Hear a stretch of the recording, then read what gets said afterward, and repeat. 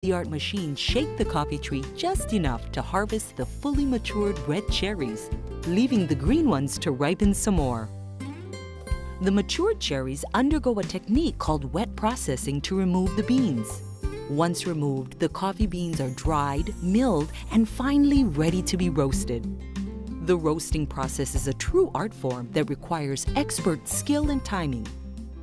During roasting, the hidden essence of the beans' oils are released, giving each coffee variety its own unique character. Then and only then is the coffee bean ready for grinding, brewing, and enjoying. So while you're on vacation, don't forget to taste some of the richest, most flavorful coffee in the world, made right here on Maui.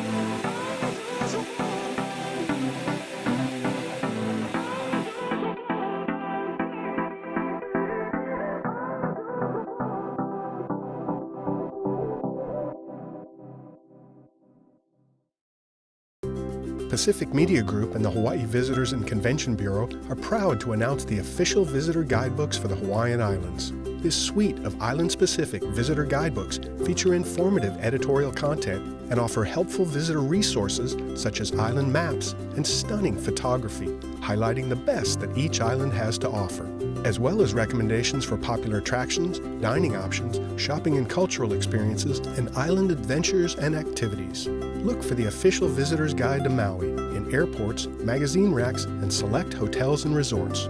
The official visitor guidebooks to the Hawaiian Islands, available now.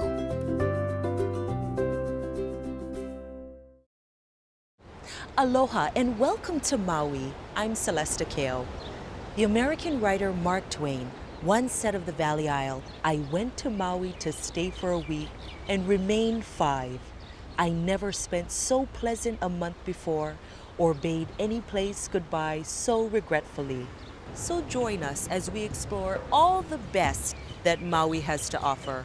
Our journey begins 10,000 feet above the sea at mighty Haleakala, House of the Sun.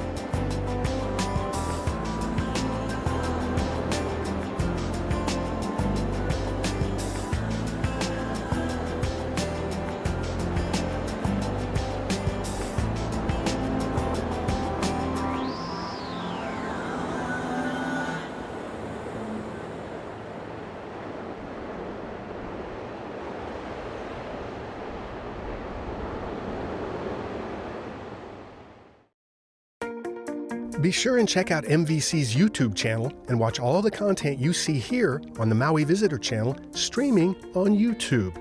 Or view any of our content there as well, on demand, anytime, anywhere. Look for the red live frame and check out all things Maui at your leisure, streaming to your phone, tablet, computer, or smart TV in the comfort of your car, home, or office, anywhere in the world, anytime, with MVC's YouTube channel. Or share all of MVC's informative, engaging programming with friends and family before they come to Maui, so they can get the lowdown on what's up on Maui. YouTube and the Maui Visitor Channel, a match made in paradise. Search for Maui Visitor Channel online and look for the YouTube channel. Or go to youtube.com and search for Maui Visitor Channel there. And let the viewing begin.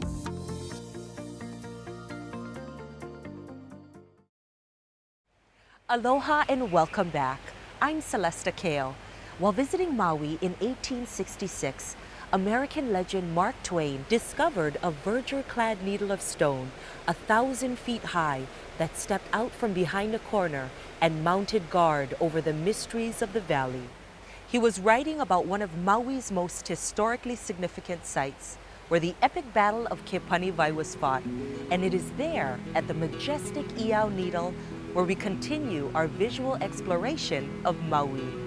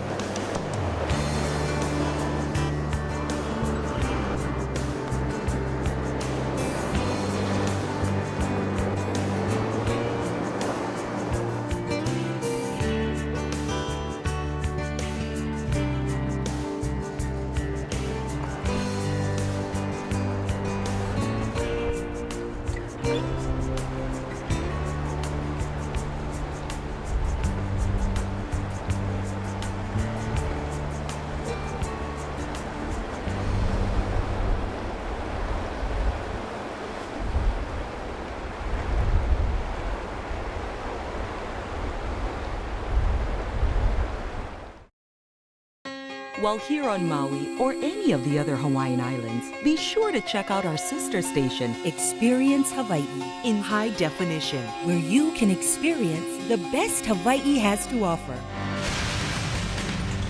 Broadcast statewide, Experience Hawaii, takes you to places you've never been before or even seen before. And you'll meet a few interesting individuals along the way. And it's all in amazing high definition right in your home. This is Eye Candy Island Style. Join us at Experience Hawaii for a visual journey around these magnificent islands we call home. From stunning landscapes, seascapes, and sunsets to special features exploring the beauty and individuality of our islands. Experience the very best Hawaii has to offer. Experience Hawaii. In high definition, available throughout the Hawaiian Islands.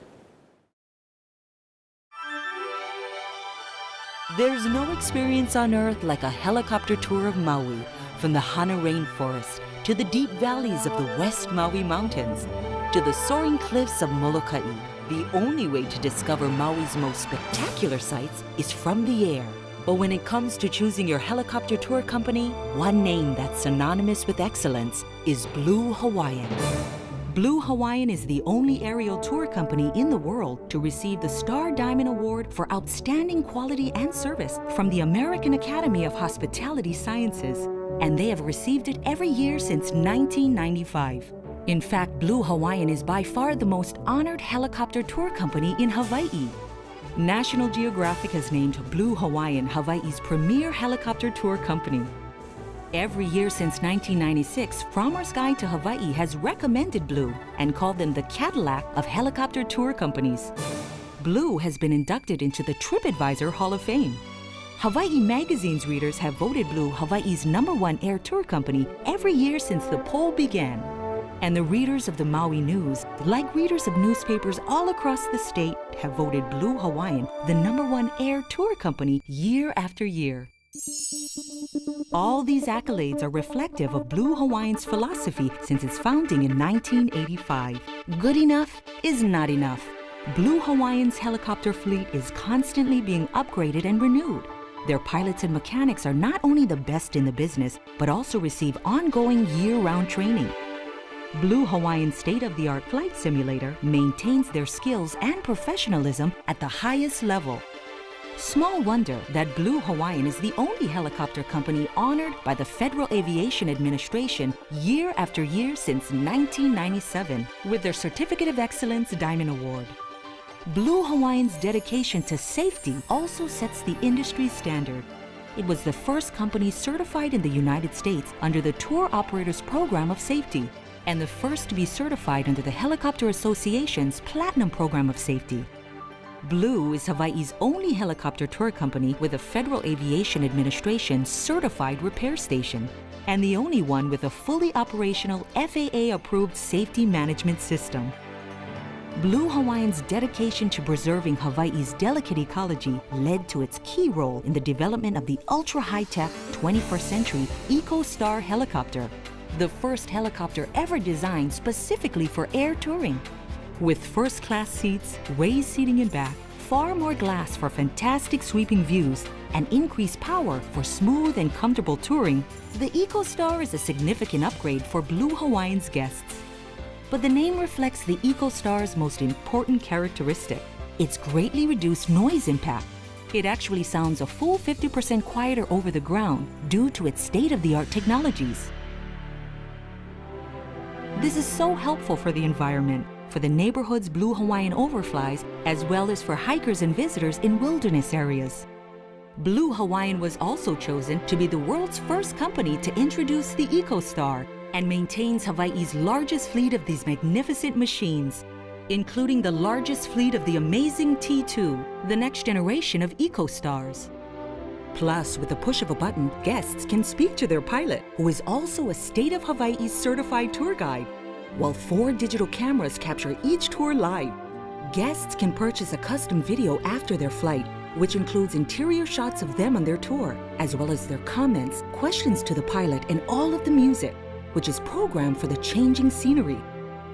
So remember, don't come all the way to Maui and miss seeing the real Maui, her stunning valleys, towering cliffs, cascading waterfalls, lush rainforests, and unforgettable sights.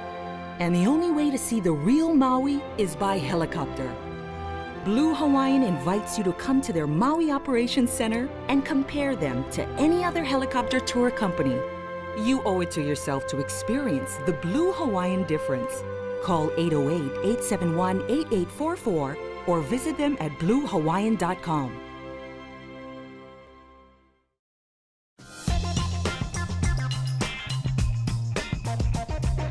Hi, I'm Bob Chambers, owner of Maui Dive Shop, the Maui Dive and Surf, and our new vessel, the Ali'i Nui.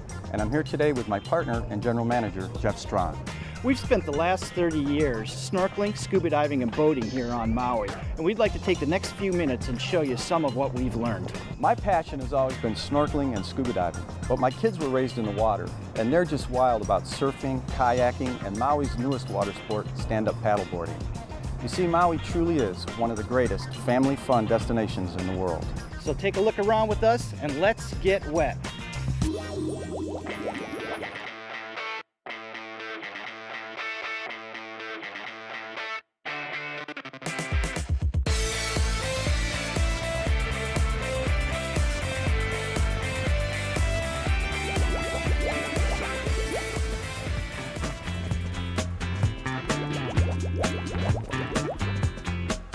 McKenna Landing is great for kayaking.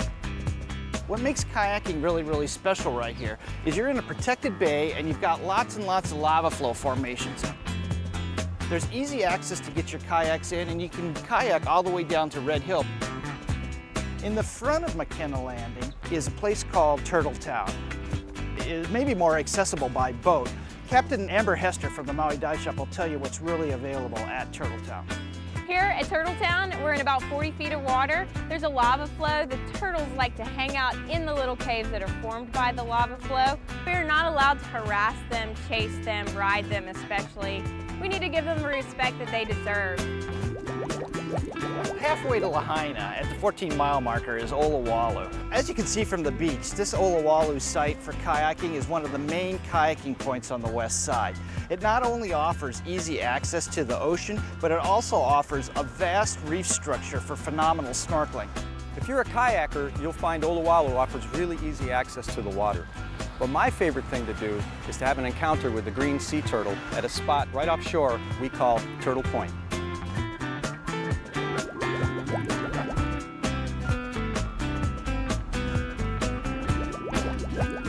I just finished a great dive here at Turtle Point, where the water, as usual, is clear and there were plenty of turtles to see. And the best way for you to enjoy a snorkel or dive at Turtle Point is aboard one of the many fine vessels Maui has to offer, such as the Ali'i Nui. Here we are at Alua Beach in the heart of Wailea Resort. What you're going to find here is a really great location for both snorkeling and scuba diving. As you can see, the inner reef goes out to about 20 feet in depth. The outer reef goes out to about 40 feet in depth. There's a whole host of marine life on this reef. There's turtles, there's octopus, there's eels, there's even a big school of goatfish that comes in right when you come in.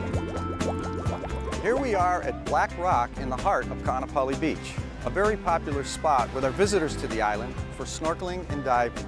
For sure, you'll see turtles, a colorful array of our Hawaiian butterfly fish, and the largest nudibranch in the world we like to call the Spanish dancer. Welcome to Kapalua Bay, voted as having the best beach in the world. As you enter the bay, just snorkel to the rocky points on your right or left, where you'll see an abundance of coral and colorful marine life. And one added thing, be careful not to snorkel too far offshore past the outside reef, as from time to time there can be dangerous currents. Located approximately 10 miles west of Maui and a short boat ride away is the island of Lanai. It has the most incredible lava formations. You'll find lava tubes, archways, and of course the giant caverns known as the cathedrals, which are world famous.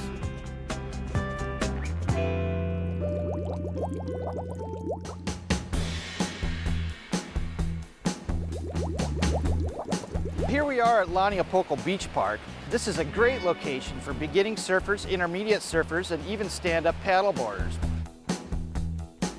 It's got lots and lots of shade. It's got picnic tables and barbecues, showers, and even a kiddie pool that's protected from the ocean. It's a great family park and it's lots of fun for everyone. I'm here at Cove Park, which is located at the south end of Kalama Park. It's conveniently located in central Kihei, and the surfing conditions are excellent for beginners. There's a surfing school here, so you can have a commercial lesson, or if you're just an individual who wants to learn for the first time, it provides a great opportunity, as the waves here are usually small and consistent. I highly recommend this spot. In fact, this is where I taught my kids to surf their first time.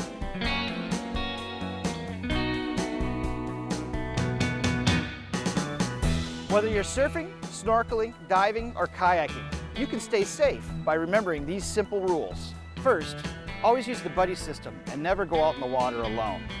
Second, before you enter the water, check to make sure that the ocean conditions are safe. You can ask your local dive shop or a lifeguard for current conditions. Remember, when in doubt, don't go out. And finally, help protect Maui's ocean environment by avoiding contact with things like coral or green sea turtles or other marine animals. The best thing you can do is take only photos and leave only bubbles. Maui's ocean environment offers endless adventures both above and below the water. So grab your board, your mask, or your paddle and have a great time getting wet here on Maui.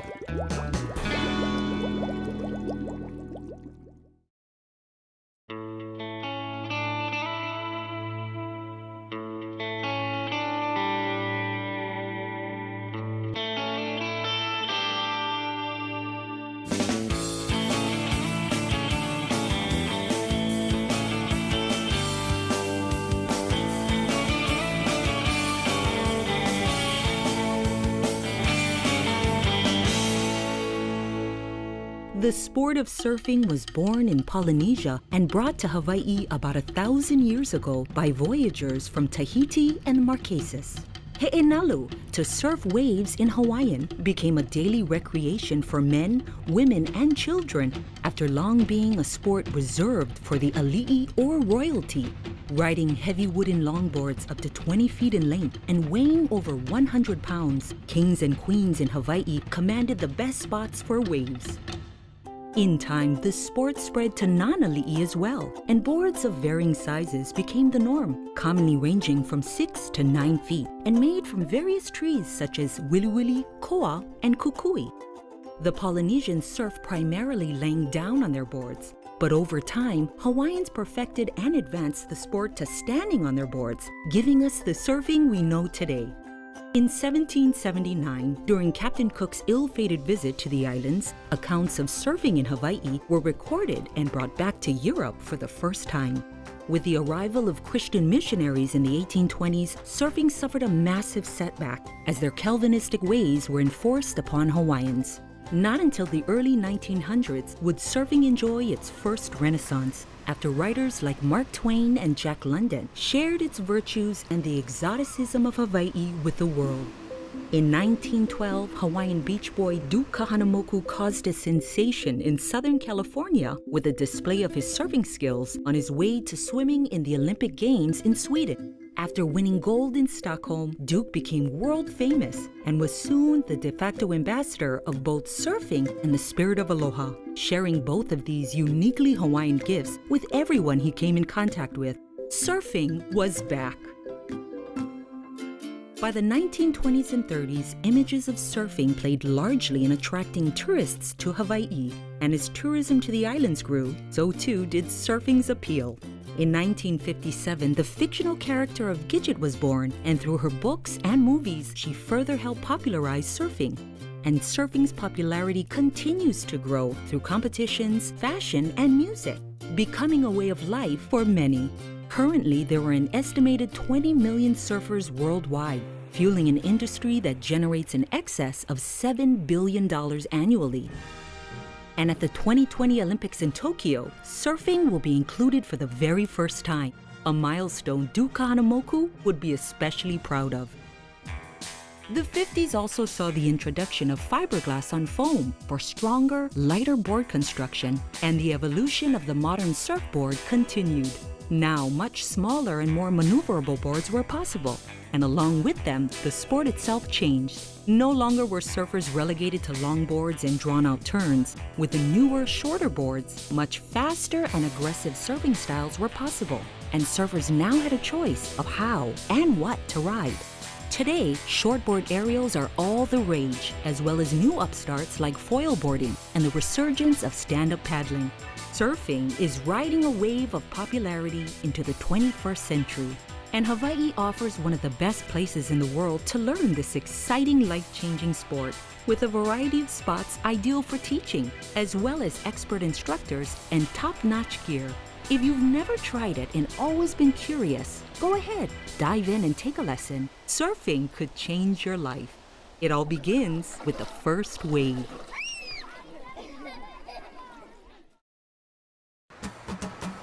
When you look out You see a beautiful blue ocean, calm seas, and a lot of times people don't see the beast that's hidden within that beauty. And it doesn't necessarily mean big waves. It can deal with strong currents, strong winds. There's many dangers that exist, and the most important thing is always try and swim where there's a lifeguard. Something that Uncle Archie shared with me that I still carry today was be present in our environment and take some time to assess the conditions. Note and be aware of the wind, the current, where the waves are breaking, a safe place to enter and exit the water. See if there's any lifeguard warnings posted on the beach. If you're ever worried about the conditions or nervous at all, talk to a lifeguard. Mother Nature is always in control. It's about understanding Mother Nature, respecting Mother Nature, and that will allow you to have the most fun for the giving activity that you're doing. Never seen the sky so blue. The birds are singing, I got nothing to do. Hey, hey, hey, hey. It's just a sunny day. It's just a sunny da-da-da-da-da-da-da-da-da-da day. Maui's coastline, 120 miles of breathtaking beauty, over 40 miles of stunning beaches, several considered among the best in the world.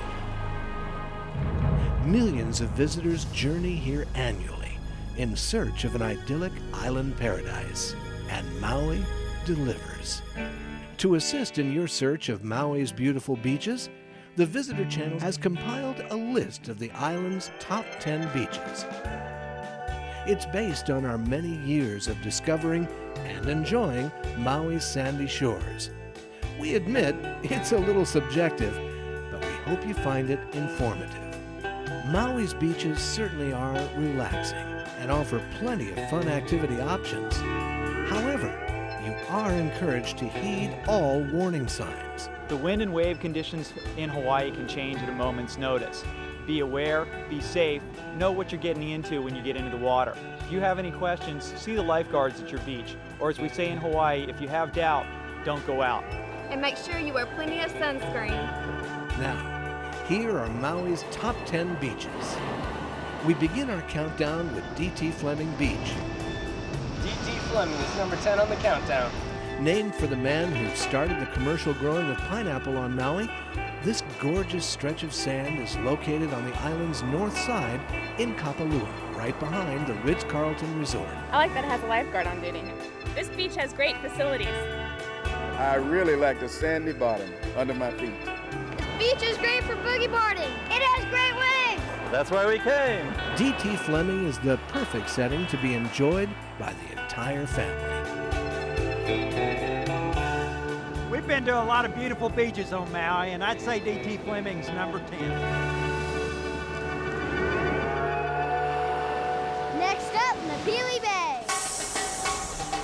This astonishing half-mile crescent-shaped beach is located on Maui's west side, off the lower Honoapi'ilani Road. An excellent family beach, the clear turquoise waters provide for splendid snorkeling. The protected bay, perfect for swimming. And the laid-back sandy beach offers spectacular views of Molokai. Coming in at number 9, Napili Bay. We now venture to the inviting sunny shores of South Maui and Ulua Beach. Number 8. Ulua is long. Wide. It's a stretch of golden sand. Beautiful half-moon-shaped beach.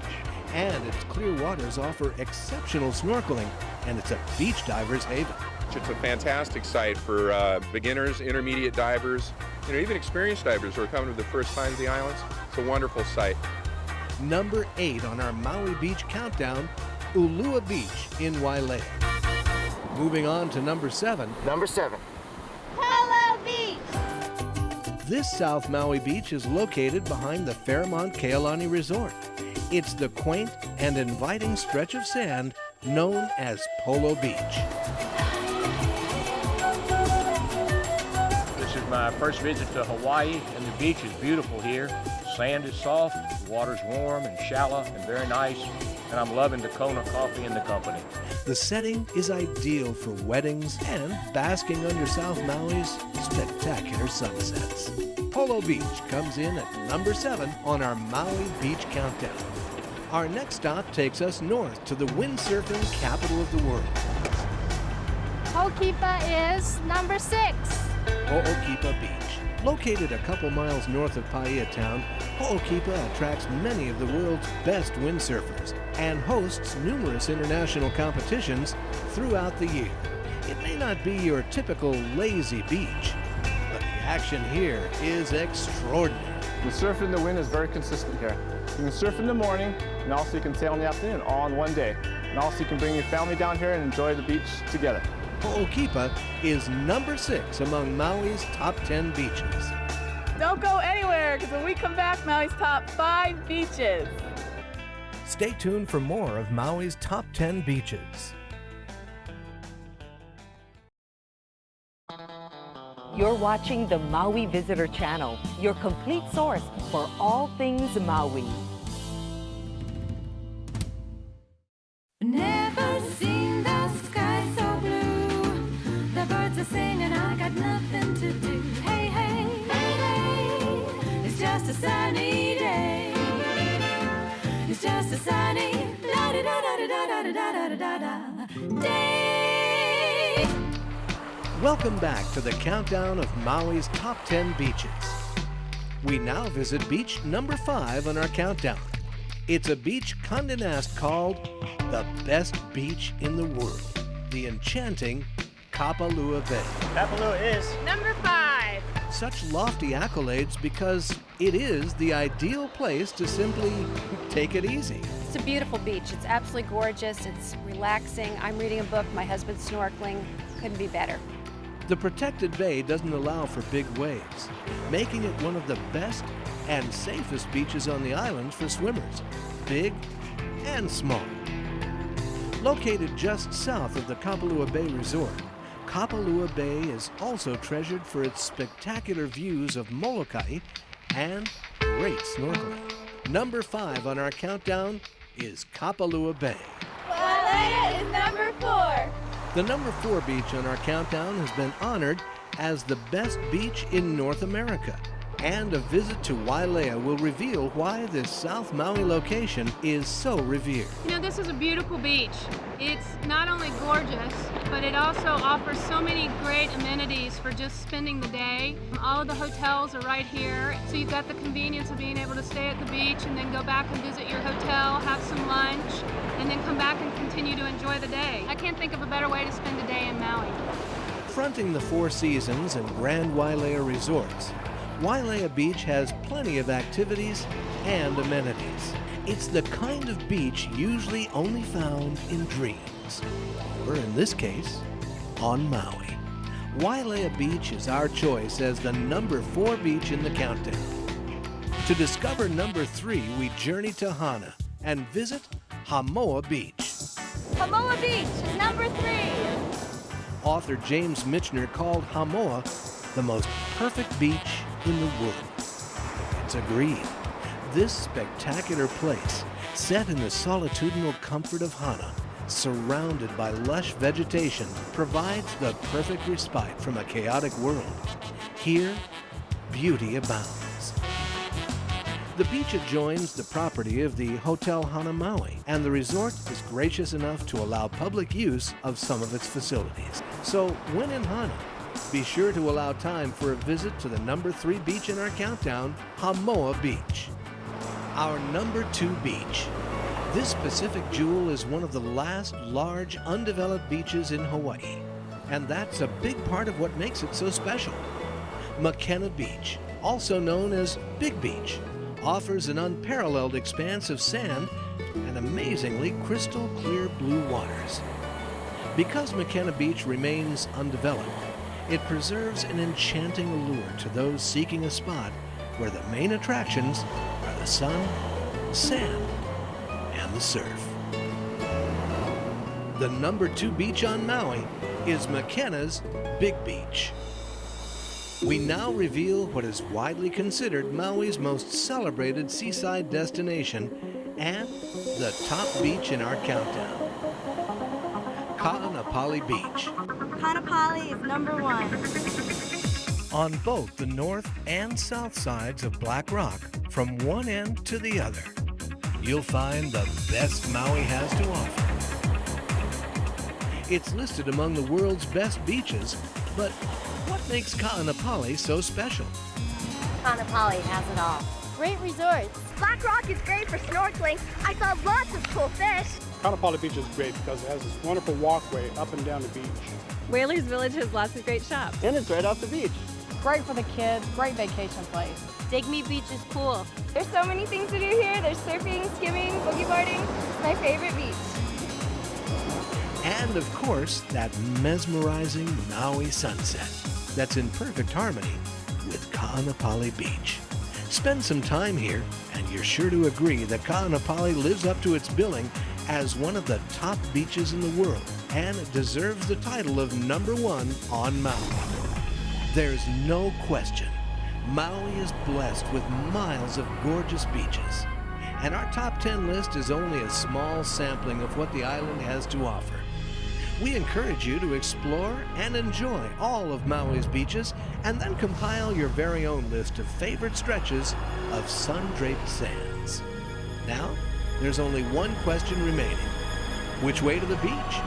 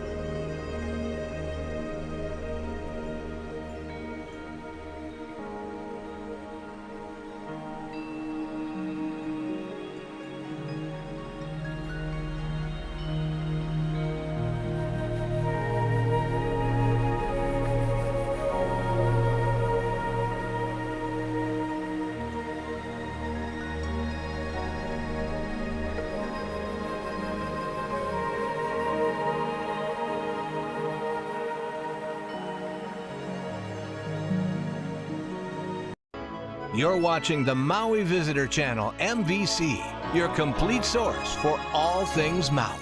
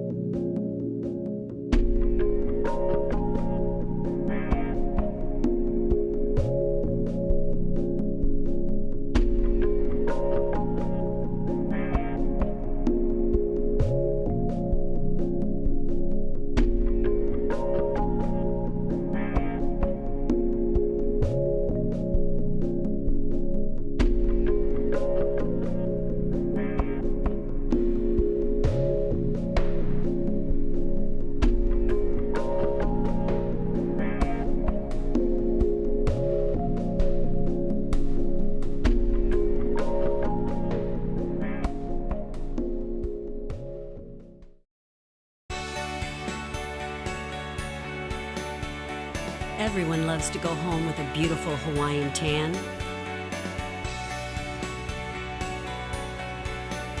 Amazing Maui Bay Browning Lotion will give you the gorgeous, dark, long-lasting tan in just a short time in the sun. You'll truly be amazed by this natural local tanning secret. You'll find it in stores island-wide.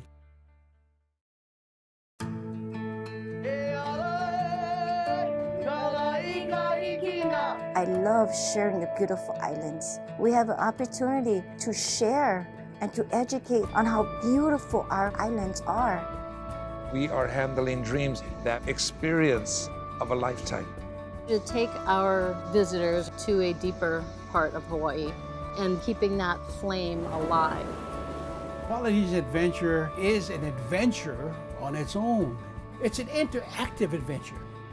Give us a chance to reach you on a level that is the spirit of home.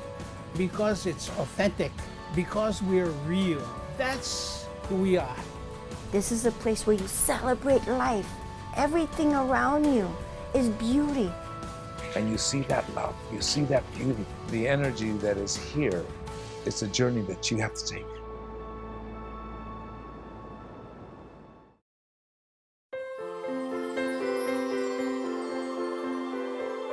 With breathtaking views, natural rolling fairways, beautifully contoured greens, mist-capped mountains, and the blue Pacific Ocean as a backdrop, it's certainly no surprise that Maui's golf courses have been consistently recognized as some of the best in the world by national golf and travel publications. The accolades for Maui's golf courses are endless. And with over 279 holes of golf, it's no wonder avid players return to Maui year after year. Many of the courses make use of the amazing natural beauty of the islands, with lava rock walls, indigenous foliage, and picture-perfect views of the neighboring islands. So sit back and relax as we give you a glimpse of golf on Maui.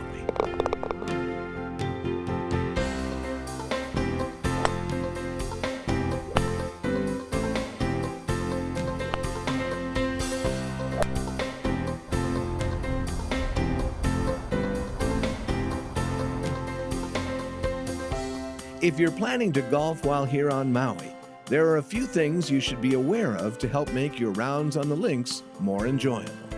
Maui's ever-present sun makes for beautiful days, but also holds the potential for a nasty sunburn. So be sure and bring along hats, glasses, and sunscreen. And if you're playing 18 holes or more, be sure to reapply accordingly. You'll probably also be more aware of the effect of the cooling trade winds out on the course. These winds come predominantly from the northeast and usually pick up in the afternoon. If the trades are blowing strong, it's usually a good idea to add 2 or 3 clubs to your shot and try to swing easier and keep the ball low out of the wind. If you're trying to avoid the wind altogether, an early morning tee time could do the trick.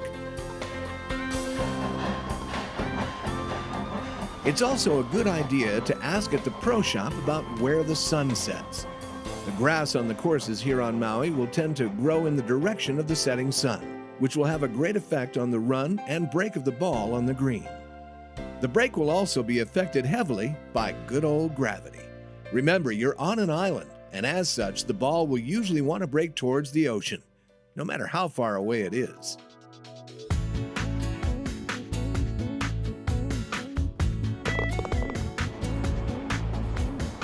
And a friendly reminder, don't forget about basic etiquette on the course, like breaking sand traps after play, replacing all your divots, and repairing any damaged greens.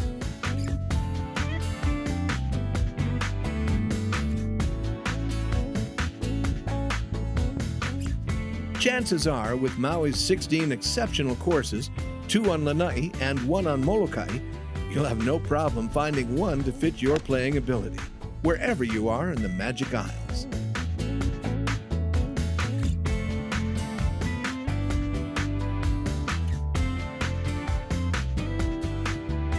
At all of these outstanding golf destinations, you can find well-stocked clubhouses with plenty of golf equipment, souvenirs, and top-of-the-line club rentals.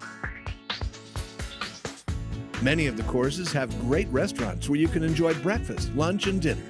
And all of the courses offer practice areas, including driving, chipping, and putting ranges.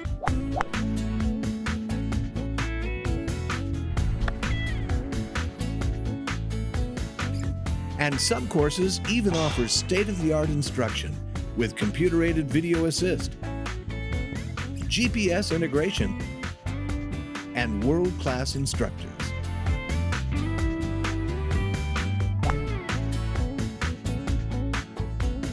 So while you're here on Maui, don't pass up the opportunity to play a few rounds of golf in paradise.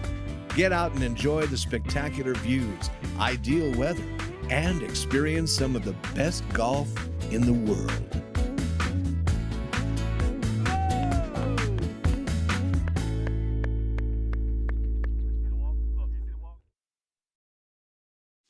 You're watching the Maui Visitor Channel, your complete source for all things Maui.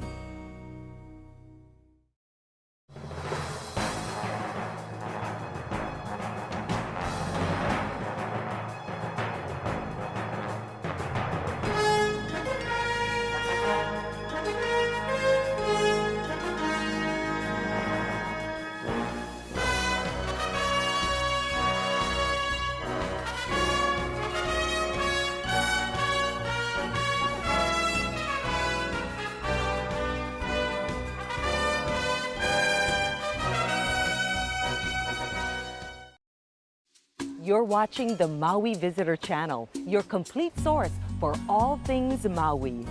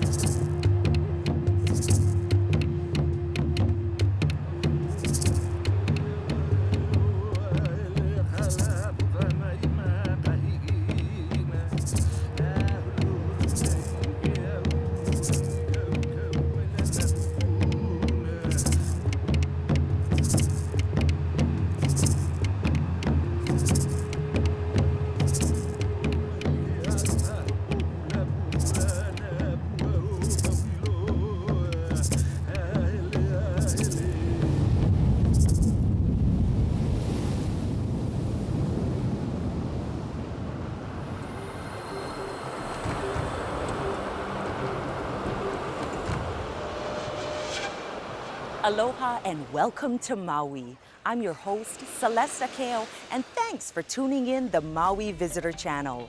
For over 20 years, we've been providing visitors comprehensive information designed to help you plan your island trip without all the guesswork, so you can enjoy all that Maui has to offer.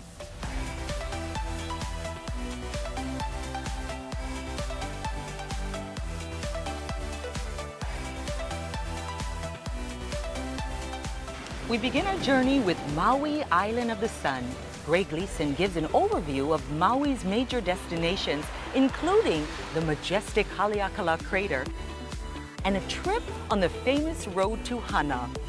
And that's not all. We'll also reveal Maui's top 10 beaches, giving insight on the island's hottest sunspots. And if you're wondering about those islands you see outside your window, we'll actually take you to them. We'll explore what makes the island of Lanai a true paradise retreat and discover Molokai's magical charm. And since Maui's known for its great dining, I go inside the island's finest restaurants to meet the chefs and review their delicious menus. We'll then experience Maui's unforgettable activities from high up in the air to adventures on land, plus a review of nighttime entertainment venues. Have a pen and paper handy because we'll provide you with phone numbers, web addresses, and directions throughout the programming. So sit back, relax, and let us show you all that Maui, the #1 island in the world, has to offer. And now, here's Greg Gleason with Maui Island of the Sun.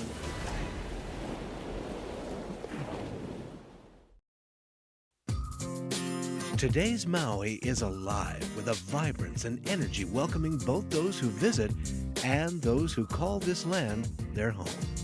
Maui is a cultural melting pot, bringing people together from all over the world, and still maintains its identity as a sacred island. Each year, nearly 2.5 million people select the Valley Isle as their travel destination. And it's no surprise. Combine the sandy coastlines, the spectacular views, the food, the shopping, the activities, well, you get the picture. Maui is the second largest Hawaiian island, about twice the size of the island of Manhattan. Given its size and diverse set of environments island-wide, from the daytime into the night, there'll be no shortage of things to do here. From the air, Maui presents helicopter tours of Haleakala, Hana, and the West Maui Mountains. In the water, you can see the island from above or below. Snorkeling and surfing both are easily accessible from shore. And boat trips here offer all kinds of adventures, like sailing, fishing, or in the wintertime, whale watching. On land, take your pick. Trails abound throughout the island for hiking and exploring. Golf courses here provide powerful views to go with challenging play. And amazing restaurants serve up culinary delights. Of course, Maui's also the perfect place to just kick back and put life on hold for a while. Beaches, mountains, rainforests, and even a volcano. It's no wonder visitors keep coming back time and time again. So sit back, relax, and come with us as we explore the island of Maui. Our first destination takes us to Upper West Maui. It's Kapalua, which in Hawaiian means arms embracing the sea. Nestled within rolling pineapple hills, Kapalua provides a charming, intimate feel with spectacular views of Maui's west side, as well as Molokai off in the distance. At Kapalua Bay, you can enjoy beautiful waters, majestic views, and nice, cool breezes coming off the ocean while relaxing in the sand. Right next door is the Montage Kapalua Bay, an ultra-elegant enclave of oceanfront resort suites, as well as privately owned residences directly overlooking the bay, offering luxury homes with all the amenities of a complete resort, along with a uniquely Hawaiian sense of place and seclusion. Higher on the hillside, the Ritz-Carlton Hotel perfects a luxury stay. A mix of restaurants, tennis, and an immaculate 10,000 square foot, 3-level swimming pool make it difficult to leave. In between the fairways and the ocean, you'll find luxurious condominium rentals, the Kapalua Villas. Indulge yourself in recreation with nearby golf, 3 swimming pools, and 2 private tennis courts. Those who visit Maui to play golf come to Kapalua, where 2 world-class courses await your challenge: the Bay Course and the Plantation Course. The Honolulu General Store has been a staple in these parts since the 1930s and is a popular pit stop for people passing through. Throughout the year, Kapalua plays host to several outstanding events. Each January, Kapalua hosts a Tournament of Champions. Golf greats like Ernie Els, Vijay Singh, Sergio Garcia, and Tiger Woods have competed for a share of the multi-million-dollar purse. Each June, the Kapalua Wine and Food Festival draws thousands from around the world to enjoy a weekend of wining and dining. For those looking for life in the fast lane, check out nearby Honolulu Bay. The winter months bring in some of the best of the pro surfing world to showcase their skills and face off in top-level contests. And when the winter north swells calm into summertime, Honolulu Bay, which is a designated marine life conservation area, is a world-class snorkeling and diving spot with no shortage of curious and colorful inhabitants. We'll take you on a tour of another West Maui destination, Ka'anapali, right after this break.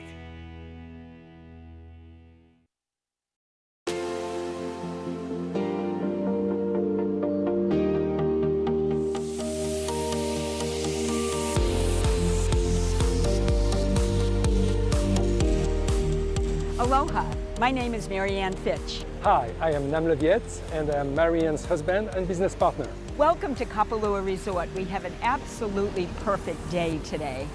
I arrived on the island in 1988. After traveling to Hawaii on a number of occasions, I found myself dreading going home.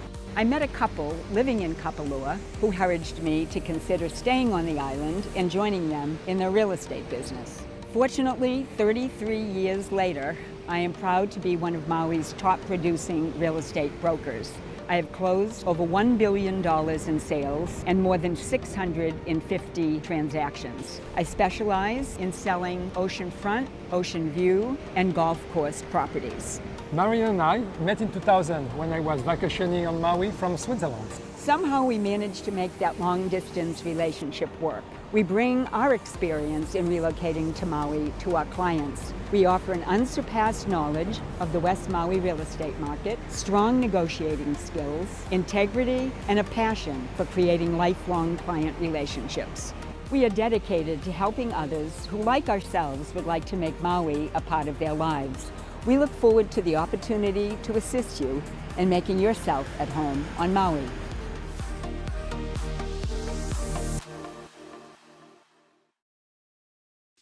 You're watching the Maui Visitor Channel, your complete source for all things Maui.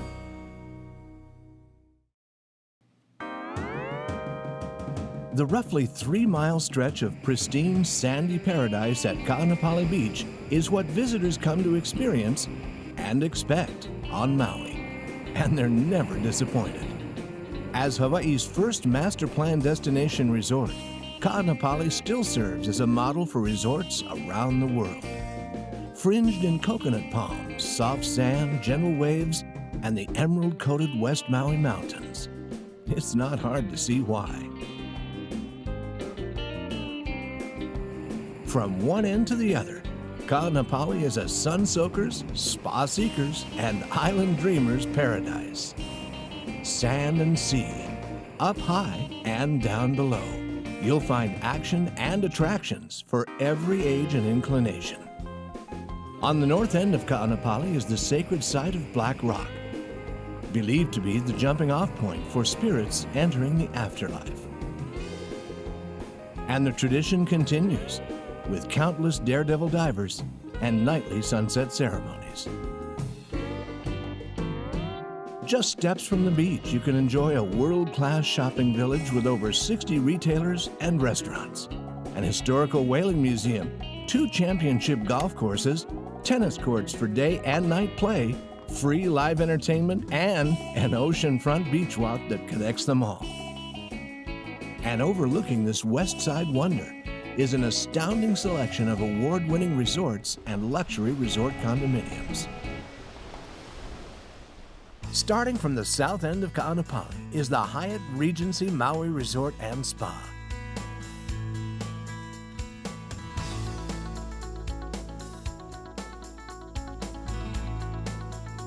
This lush beachfront property features expertly manicured gardens and a unique collection of art and wildlife. But perhaps its most refreshing feature is the half-acre swimming pool divided by a set of waterfalls and a grotto cave.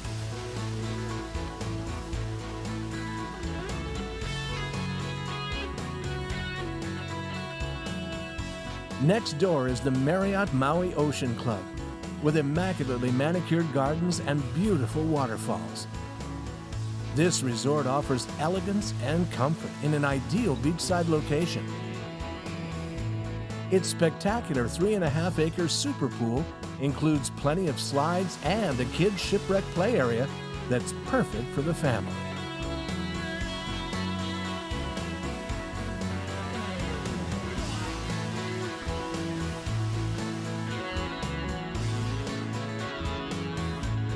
Continue down the path and you'll pass by one of the finest, most luxurious resort condos on Maui, the Ka'anapali Ali'i. Ali'i in Hawaiian means royalty, and the 4 oceanfront towers of this resort certainly live up to the name. With spacious suites, private lanais, and fabulous amenities.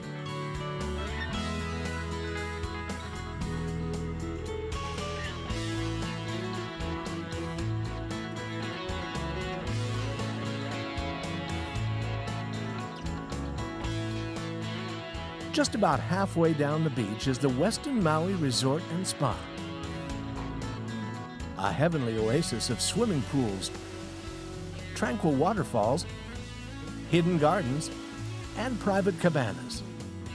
The Westin combines lavish accommodations with breathtaking views of the Pacific and neighbor islands of Lanai and Molokai.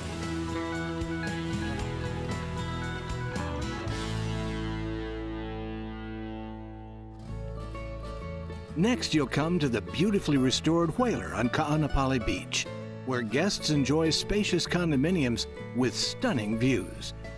Best known for its premier location, the Whaler recently underwent a $35 million renovation that includes a serene beachside pool and relaxing koi pond.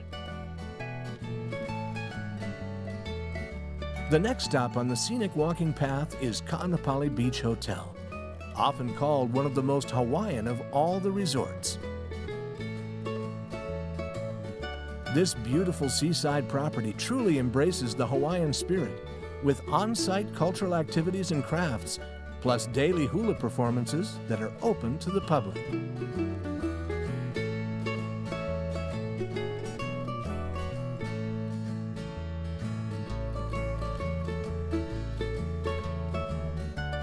And on the very north end of Ka'anapali, perched right on top of Black Rock, is the Sheraton Maui Resort and Spa, the first luxury hotel built on Maui, boasting lush tropical gardens and an immense oceanfront swimming lagoon that meanders throughout the grounds. This resort is the perfect finish to South Ka'anapali's luxury hotel lineup.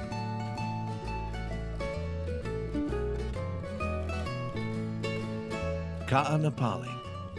When we come back, we'll explore beyond Black Rock to the quiet side of Ka'anapali.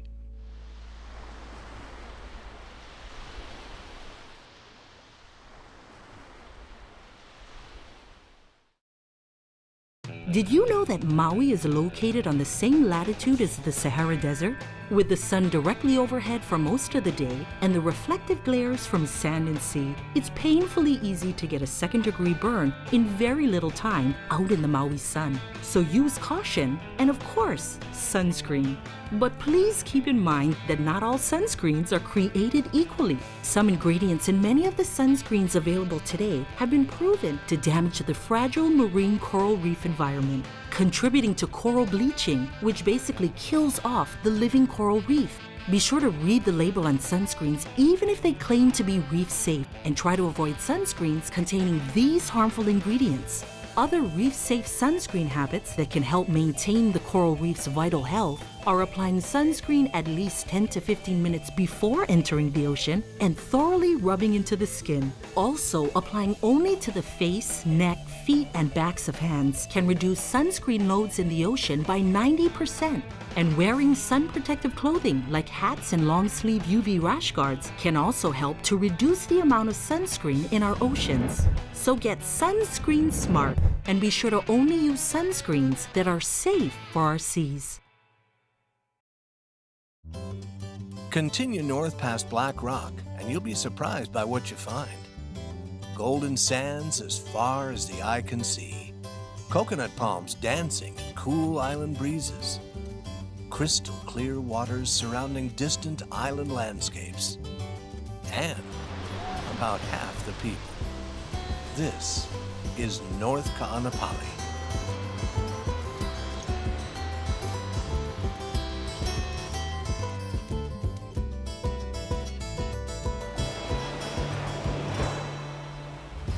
Though North Ka'anapali, often called Airport Beach, is hardly a secret, it still remains the quiet side of Ka'anapali. With a well-maintained coastal beach walk, excellent facilities, an expansive grassy lawn with barbecues and picnic tables, endless opportunities for snorkeling and diving, and that magical Maui shoreline, North Ka'anapali is one of West Maui's gems. The resorts on this side of Black Rock have a decidedly laid-back appeal that perfectly complements North Ka'anapali's easygoing charm. Along the emerald fairways of Ka'anapali North Golf Course is the outrigger Maui El Dorado. Here the surroundings are relaxed, friendly, and stunningly lush. With verdant gardens and 3 mosaic tile pools, this hillside sanctuary comes complete with flowering plumeria trees and sweeping ocean vistas.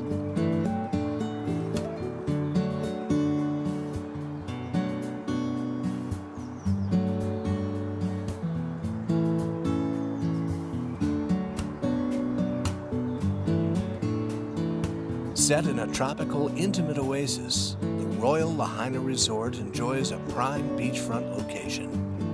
Dotting the resort's immense oceanfront lawns and refreshing pools are private, low-rise garden and beachside cottages, as well as the elegant and island-inspired Lahaina Kai Tower that overlooks the property.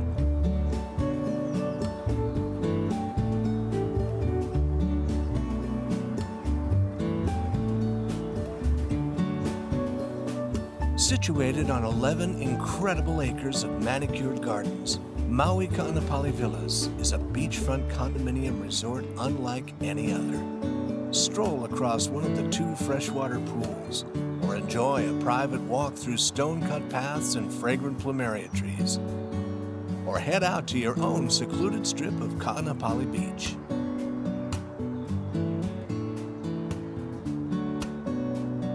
From magnificent views to unprecedented amenities, the Westin Ka'anapali Ocean Resort Villas is an idyllic setting on exclusive oceanfront property. With its extensive grounds, lush tropical gardens, and spectacular pools, this premier vacation ownership resort is a sophisticated addition to America's favorite beach.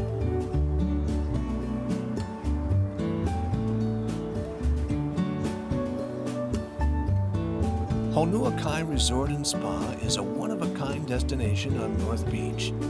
With 3 distinct beachside pools, including its own lazy river, waterfalls, and stunning landscape features, Honua Kai is in a class by itself.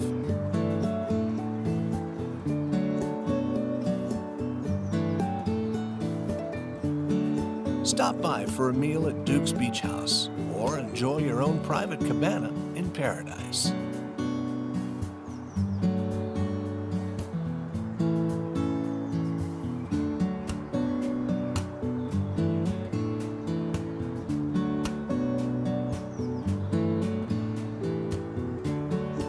At the far end of North Beach is Ka'anapali Shores. This charming condominium resort boasts immaculate and vibrant courtyard landscaping. Take a stroll through the luxuriant grounds past tumbling waterfalls, serene koi ponds, exotic plant life, and both garden and oceanfront pools.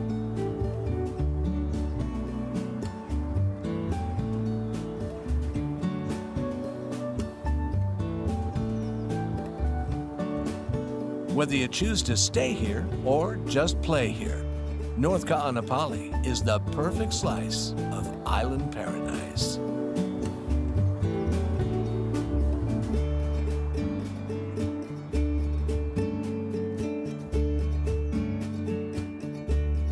We'll be back with more in just a minute.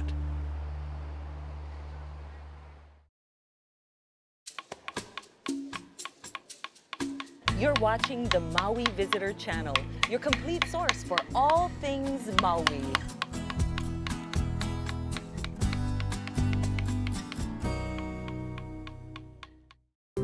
Pacific Media Group and the Hawaii Visitors and Convention Bureau are proud to announce the official visitor guidebooks for the Hawaiian Islands. This suite of island-specific visitor guidebooks feature informative editorial content and offer helpful visitor resources such as island maps and stunning photography, highlighting the best that each island has to offer, as well as recommendations for popular attractions, dining options, shopping and cultural experiences, and island adventures and activities. Look for the official Visitor's Guide to Maui in airports, magazine racks, and select hotels and resorts. The official visitor guidebooks to the Hawaiian Islands, available now.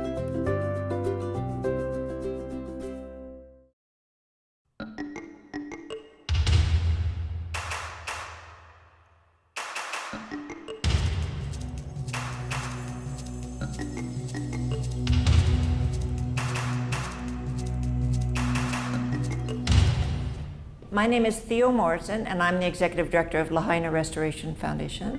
I've been in that position for 11 years, and prior to that I did other work in Lahaina with nonprofit community groups. So in total, it's about 28 years working directly in downtown Lahaina. What's so unique about Lahaina compared to any other place in Hawaii is that during every era of Hawaii's history, Lahaina was a dominant place. During the pre-contact era, during the monarchy era, during the whaling era, during the missionary era, during the plantation era, and now during the tourism era. And doubly unique to that whole situation is that the history has been saved. Lahaina is a tapestry of remnants from all these different eras. And you can actually walk, and I discovered this myself, you can actually walk through history along Front Street. Front Street is a very old road. It used to be called Alanui Mo'i, which is the King's Way. Today, you could start at Shaw Street, Shaw and Front Street, walk down past Moku'ula, which is the sacred island and where the monarchy lived, and prior to that, the high chiefs lived. And then you walk to Prison Street. There's a prison on that street, which was built during the whaling era. And then you keep walking till you go past the Lahaina Courthouse, which is part of the monarchy period. Then you go into the Baldwin House, which is the missionary period. And then you start walking through town. That's the plantation era, all those buildings. And then you end up at the Outlet Mall, the epitome of the 21st century. All on one street, yeah. In the ancient times, like Dickinson Street was a river. There was like several rivers, streams running down, fresh water, abundant fresh water, abundant fish in the ocean. And the weather, as you know, is just beautiful here. All of Lahaina was covered by ulu trees, which created this tremendous shade. And from the early explorers that came here, there's written records of how Lahaina was above and beyond anything else they'd seen in the South Pacific and all the places they'd gone. With all the taro fields under the ulu trees, they said it was just amazing. The physical configuration, I guess you'd say, of this place just became a natural for its growth and popularity. The earliest recorded human habitation in Lahaina was around 400 AD. Prior to the monarchy being developed, this is where the high chiefs came. So Moku'ula, that became the home of Kamehameha III. It already was the logical place. It's a very special sacred place. When the plantation Pioneer Mill was established in 1860, and they started diverting the water. And when they diverted the water, Moku'ula dried up. Kamehameha III had already moved the capital to Oahu, so the whole interest sort of shifted that way, and then all the water was diverted. Moku'ula became definitely not what it was before. It became a marsh, actually. And then later on, it became a ball field. And only recently, like in 1980s, 1990s, was the actual history remembered, and they did an archaeological dig, and they verified that the island was there, that the bridge to connect the island to the other part of town was there. And that's when it really started, was after that dig done by the Bishop Museum. Kamehameha III is the one that really developed the whole nation of Hawaii as a monarchy. So here, by the harbor, is where they actually wrote the first constitution for the nation of Hawaii. The missionaries were involved with that too. They gave them the framework around which to form their government. During Kamehameha III, probably his greatest achievement is guiding the nation of Hawaii during this very tumultuous time when the Western influence was so great on the people and on the whole nation. And they were bringing in new technology at the time, new things, government, all those things, and he was very open, as well as still protecting his people. I would say he was like a visionary. He could see that Hawaii had to adapt to what the changes in the world, like developing the constitutional monarchy. And they also traveled, Kamehameha III, Kamehameha IV, they traveled to other countries like Europe to learn about what was going on and to also develop relationships as a country to the other powers at the time in the world. It was amazing when you consider how isolated they were.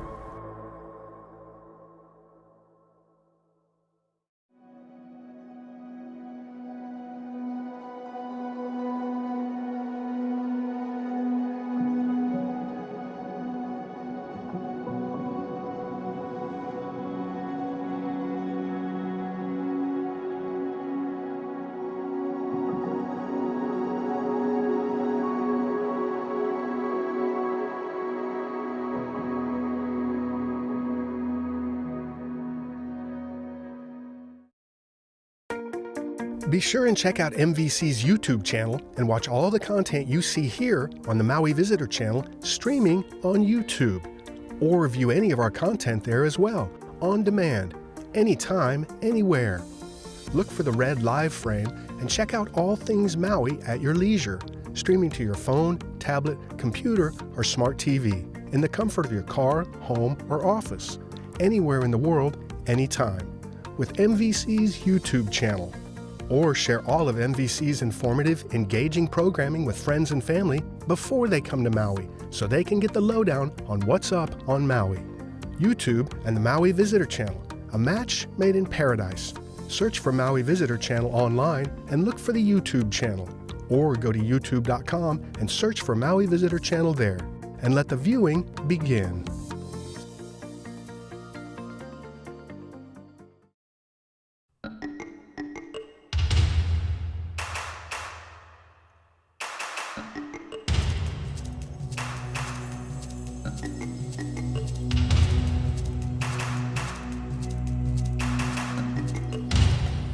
My name is Theo Morrison, and I'm the Executive Director of Lahaina Restoration Foundation.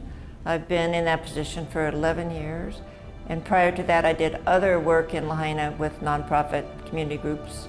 So in total, it's about 28 years working directly in downtown Lahaina. What's so unique about Lahaina compared to any other place in Hawaii is that during every era of Hawaii's history, Lahaina was a dominant place. And doubly unique to that whole situation is that the history has been saved. Lahaina is a tapestry of remnants from all these different eras. The missionary era started, I think the first ship started coming over like in the 1820s. Dr. Baldwin came here in the 1830s. Prior to the missionaries coming over, the kapu system, the Hawaiian system, the religious system, had already been broken. So there was a bit of a void here when the missionaries brought over Christianity. And the original missionaries that came over were instructed by the mission society not to get involved with government, to learn the language, to help the people become prosperous. So the missionaries came and there was like a void. And so they were able to preach the Christian religion, and it was accepted by the people. And then they also brought the written word, which was tremendously exciting to the Hawaiian people to understand that words could be written down. And again, it was in the Hawaiian language. So they took the Hawaiian language and made it a written language. The monarchy, the kings, the royalty, the ali'i, they endorsed the education, and education was required. It was required for kids to go to school. Hawaii, at the time, in the 1800s, became one of the most literate nations in the whole world. Before that time, it had been totally an oral language, which worked fine at the time. But I think then the contact with the Western world and the ships coming in and asking the ali'i to sign papers, and the ali'i didn't know what it said, or they were told it was something different than what it was. So they saw this as a source of knowledge, and they realized they needed to know and to preserve their language in a written form.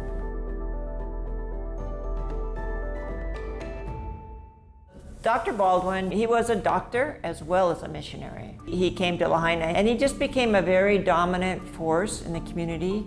He just loved the people, and whenever he was preaching, it was always in Hawaiian, and they spoke in Hawaiian, and Their books, etc., were in Hawaiian. One of the most significant things he did was stop the smallpox epidemic on Maui, because he understood vaccines.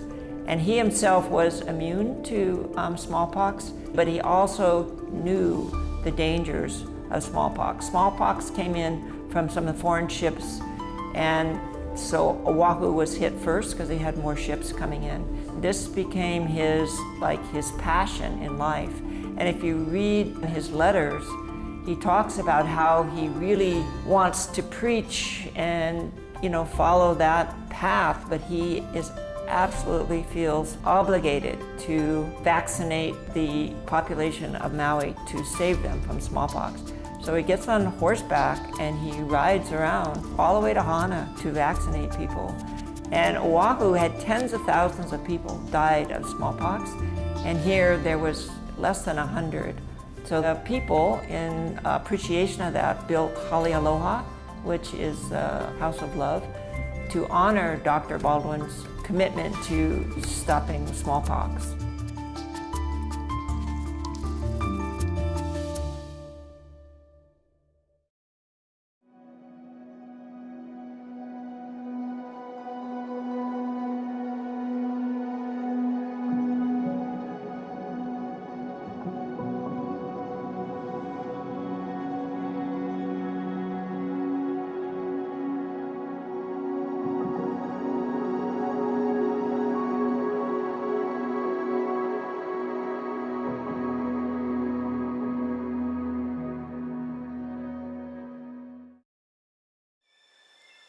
When you're here in Hawaii, you have to think about it from a Hawaiian perspective. And the Hawaiian perspective is that this is our ohana. We need to interact with it in that way. We need to give the land the same respect we would give somebody we love. Not only are we entering someone else's land, someone else's property, but we're actually like stepping on and walking in a living being. I think that concept of asking for permission is probably the most important one that we have. I'd rather ask for permission than beg for forgiveness. The old environmental credo still stands, right? We want to take only pictures, leave only footprints. And if we can take that mentality back and spread those ideas around the world, then the world would be a much better place.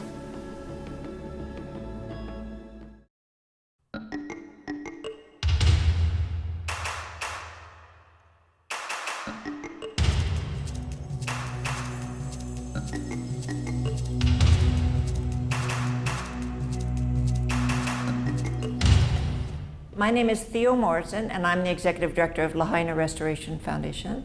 I've been in that position for 11 years, and prior to that I did other work in Lahaina with nonprofit community groups. So in total, it's about 28 years working directly in downtown Lahaina. What's so unique about Lahaina compared to any other place in Hawaii is that during every era of Hawaii's history, Lahaina was a dominant place.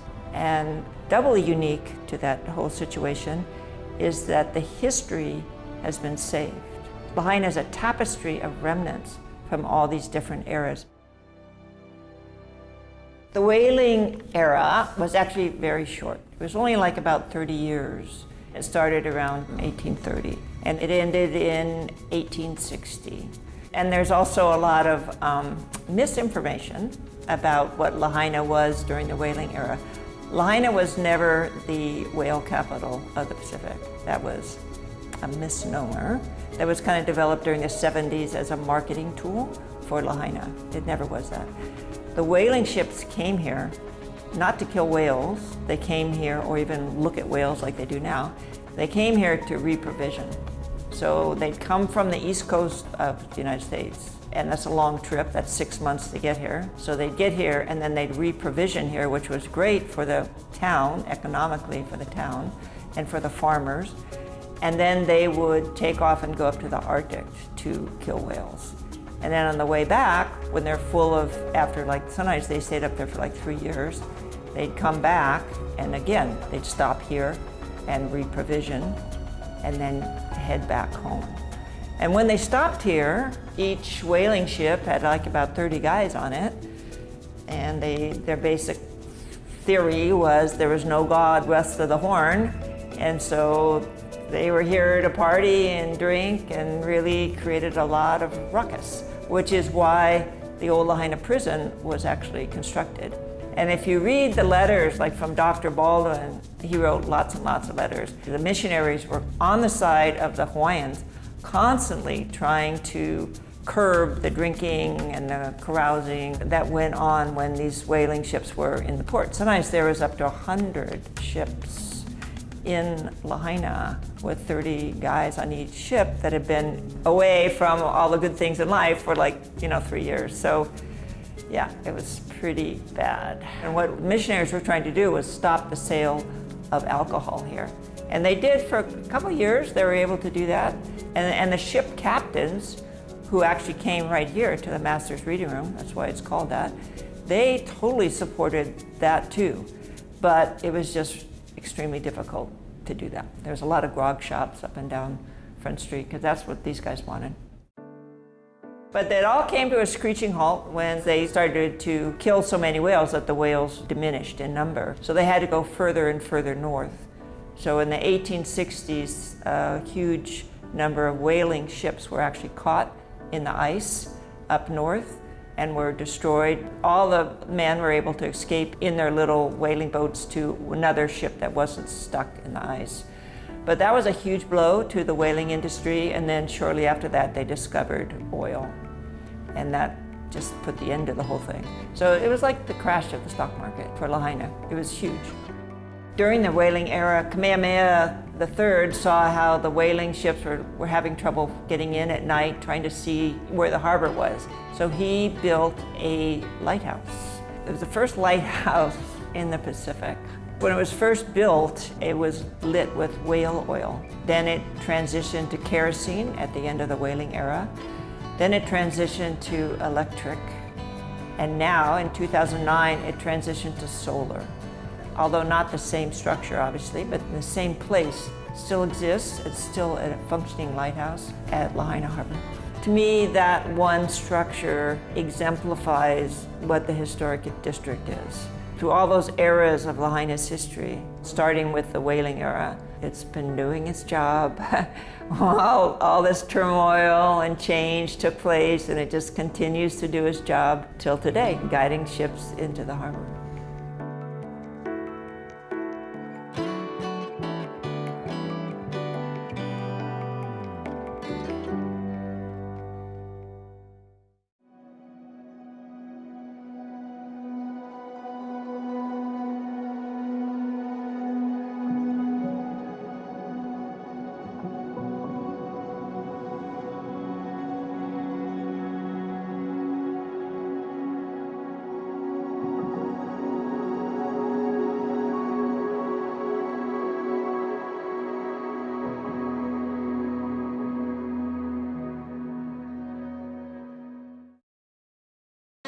While here on Maui or any of the other Hawaiian Islands, be sure to check out our sister station, Experience Hawaii, in high definition, where you can experience the best Hawaii has to offer.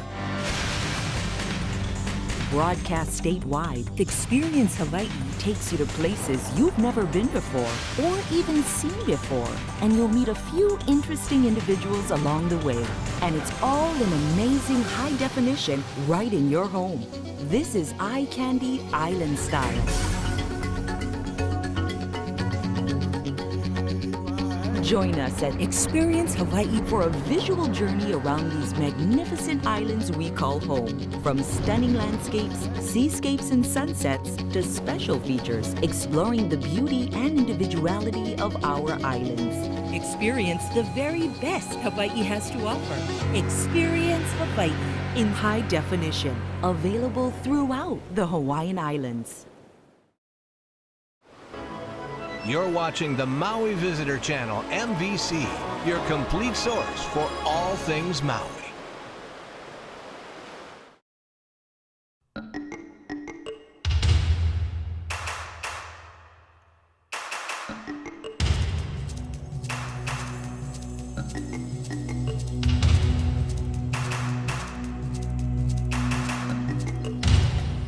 My name is Theo Morrison, and I'm the Executive Director of Lahaina Restoration Foundation.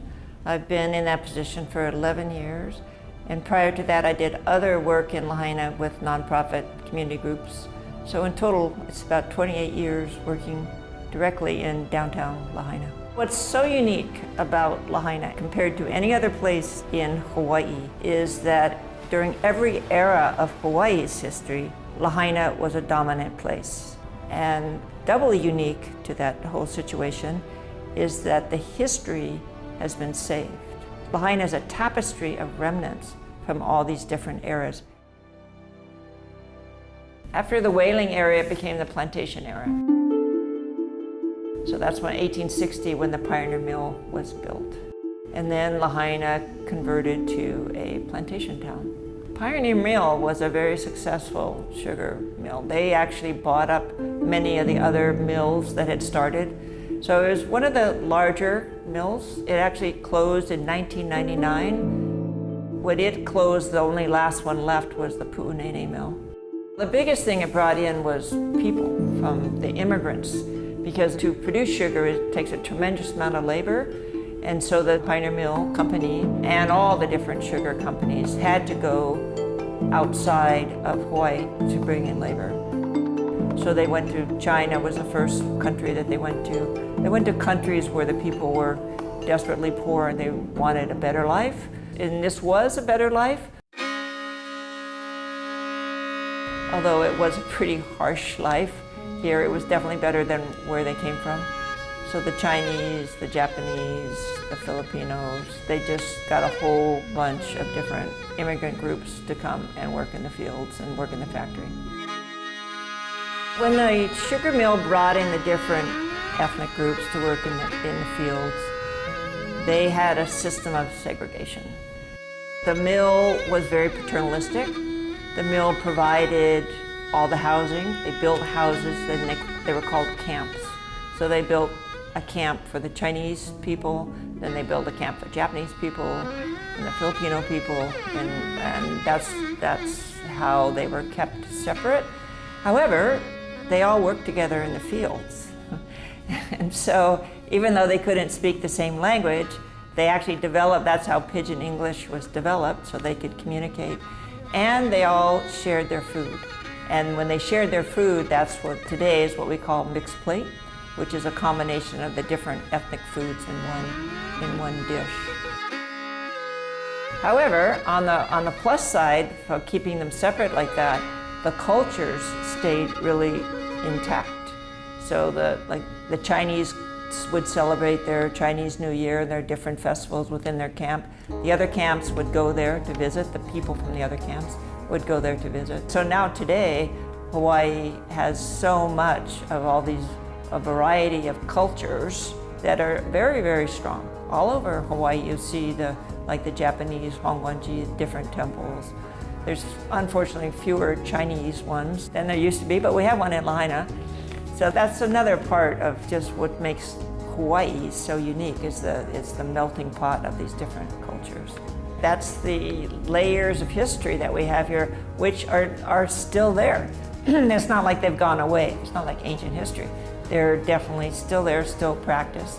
Yeah, and people really enjoy that. It's a definite sense of pride with the local people.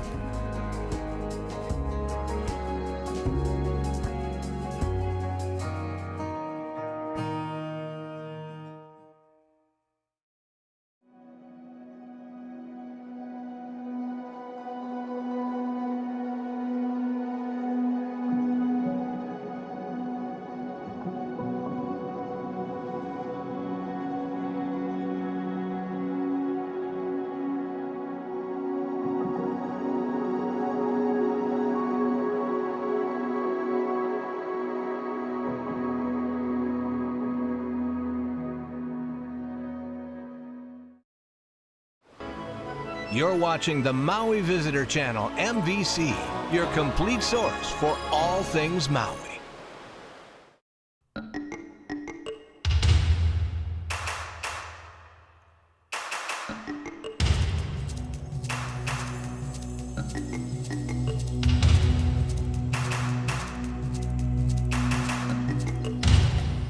My name is Theo Morrison, and I'm the Executive Director of Lahaina Restoration Foundation. I've been in that position for 11 years, and prior to that I did other work in Lahaina with nonprofit community groups. So in total, it's about 28 years working directly in downtown Lahaina. What's so unique about Lahaina compared to any other place in Hawaii is that during every era of Hawaii's history, Lahaina was a dominant place. And doubly unique to that whole situation is that the history has been saved. Lahaina is a tapestry of remnants from all these different eras. The harbor was one of the reasons why Lahaina became what it did over all those eras. It's a very desirable harbor, small harbor, but very desirable, very protected. If there wasn't a harbor there, it's debatable. The whaling era wouldn't have happened here, and it's debatable whether much of the other eras would have happened here. So it was a significant part of the physical layout that made Lahaina a great place. When Kamehameha was on his way to conquer all the islands, there was like 100 canoes lined up out there. And then after that became the whaling ships were out there. And today you see the visitor boats and then the big cruise ships come in. It's like everything else in Lahaina through all eras of Lahaina's history, it's a very pivotal place. At one point in time during the plantation era, all the mail for the island of Maui came in through Lahaina from steamers. So it's always been a very good, small, but very good harbor. Originally, the area where the courthouse is located today was a fort. That entire Banyan Tree Park was surrounded by a coral block wall. It wasn't much of a fort, but it was a fort. And then as the whaling industry kind of exploded here and the problems doubly exploded, they took down the fort and used those coral blocks to build the prison. And then the courthouse was built. It became like the center of government here. So there was a post office there. The sheriff was there. There's a jail, which is now the old jail gallery. It was only in the late 1990s that it was stopped being a public building. And then the courts moved and the post office moved. Before that happened, there was discussion in the newspaper about cutting down the banyan tree to make more parking for the court. Fortunately, they decided to move the court. Well, each era was pretty unique. However, as I said, the reason Lahaina, we believe, became such an important place through all those different eras was its physical setting. And so that physical setting is still here. You know, every day is like a fabulous day, and we never get tired of that. You know, in 2011, we won one of the 10 great streets in the whole United States. You look at the street and somebody will be going by on a skateboard, and then a guy on a bicycle with a big, fish under his arm will be biking down the street to take it to a restaurant. Then you have tourists, then you have some woman with a baby stroller crossing the street. People jaywalk all the time. That's just the norm. So this whole variety of life just happens on Front Street, and it's a very active town. So like the local fishermen come out, like 3 or 4 in the morning and set up their poles along Front Street. And then the businesses open around 9 o'clock and they keep going till 10, and then they close, and then the bar scene starts happening. So it's a very amazingly dynamic town. And then at sunset, even the store clerks will be standing on their door watching the sunset at night. It's pretty amazing. Everybody just sort of stops and watches the sunset. People line the seawalls, they go line the park. So there's this whole appreciation of nature, even, it's a small little town, but it's still a dominant part of Lahaina.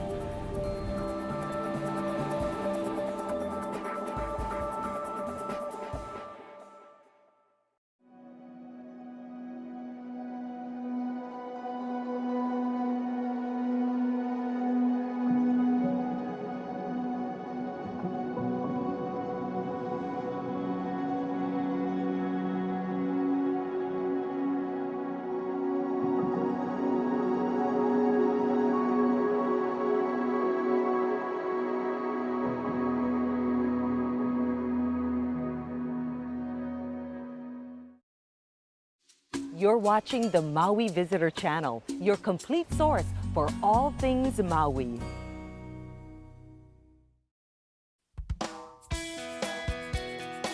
From black lava flows to green fairways, windy shores to calm waters, 5-star to informal, South Maui provides a study in contrast. No matter how you spend your visit, you'll have no trouble understanding why we call it the sunny, sandy, sublime South Side. This 12-mile stretch of nearly uninterrupted shoreline is one of the most popular places to stay on Maui. And with only 10 inches of annual rainfall, it's the most reliable place to experience paradise. Maybe that's why South Maui is nicknamed the Gold Coast. The gateway to this lively strand of coastal communities is Ma'alaia Harbor, a bustling, blustery hub of activity. Its location between the West Maui Mountains and Haleakala channels wind into the harbor, cooling and clearing the air. The constant breezes supply windsurfers with a delightful place to practice, and the nearby wind farm with plenty of renewable energy. And an armada of pleasure boats, charter fishing excursions, and snorkel trips to Molokini launch from Ma'alaia every day. No trip would be complete without a tour of the Maui Ocean Center, the largest reef aquarium in North America. It's so popular that a stop here could easily turn into an all-day affair. If you prefer wings to fins, the Ke'elea Pond National Wildlife Preserve stretches between Ma'alaia and Kihei. A boardwalk dotted with shelters and interpretive signs is under construction and will serve as a self-guided tour. Or you can catch a glimpse of the endangered Hawaiian stilts and coots right from the road on the way to Kihei. Also in Kihei is an opportunity to connect with Hawaii's rich cultural past at Ko'i'ie Fish Pond on Kolepolepo Beach. Fish ponds were a sustainable means of farming fish in old Hawaii, and you can learn all about fish ponds here from native Hawaiians who are helping to revitalize this 400-year-old cultural treasure. They even offer a unique Hawaiian outrigger canoe tour where you can help paddle the canoe as you tour the pond and its surrounding environment. Kihei is best experienced along its beachfront lower road, where anyone can enjoy the sunshine, surf, and sand that are hallmarks of the area. The wide stretches of beach host a number of exciting activities. Brightly painted outrigger canoes push off every morning, while other adventurers try surfing, scuba diving, and snorkeling. You'll find volleyball, tennis, golf, and plenty of expanses to throw a frisbee. You can even drop in and catch some air at the skate park. And daily craft fairs, exotic import retailers, sidewalk cafes, and unique farmers markets all make Kihei a singular shopping haven. The fun continues long into the night with an array of dance clubs, karaoke hotspots, and sports bars. It's a fantastic way to end an evening in Kihei. We'll journey further south right after this. You're watching the Maui Visitor Channel, MVC, your complete source for all things Maui. Wailea, the green tree-lined avenues and immaculately manicured gardens are unmistakable. It's hard to believe that just a couple decades ago, it was mostly kiawe trees and ranch land. Under the development of Alexander and Baldwin Company, this area is now an emerald oasis. Every palm tree in Plumeria was planted as a deliberate accessory to the unmatched powdery shores and crystalline waters.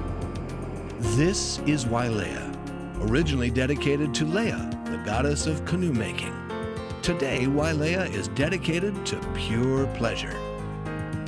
The best way to explore this section of the Gold Coast is on Wailea's Coastal Nature Trail, which winds through crescent-shaped beaches, secluded coves, and over $1 billion worth of luxury hotels. A hidden gem along the coast, Andaz Maui at Wailea radiates contemporary luxury at every turn. Perched among crescent shores, This 15-acre beachfront resort immerses visitors in the warm and welcoming spirit of Maui. Located between two of South Maui's most renowned beaches is the Wailea Beach Marriott Resort and Spa, an open-air haven that provides guests with an array of accommodations, serene poolside settings, and amazing coastal views. The Wailea Beach Villas are situated on the northern end of the world-famous Wailea Beach. Aside from the property's lush grounds and tempting pools, these lavish villas offer guests the chance to create a private and spacious retreat during their stay on Maui.